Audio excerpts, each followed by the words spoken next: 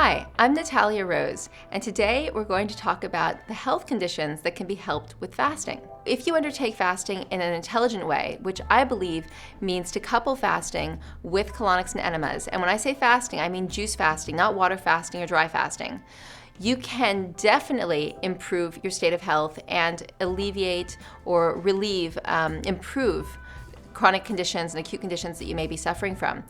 One of the major conditions that people see relief from through fasting, smart, intelligent fasting, is our skin conditions. Skin conditions like eczema, psoriasis, acne, pimples in general, poor skin quality. That's one of the immediate things you'll see when you undertake an intelligent fast. Internally, your system is going to have this wonderful rest when you're not consuming concentrated and dense food.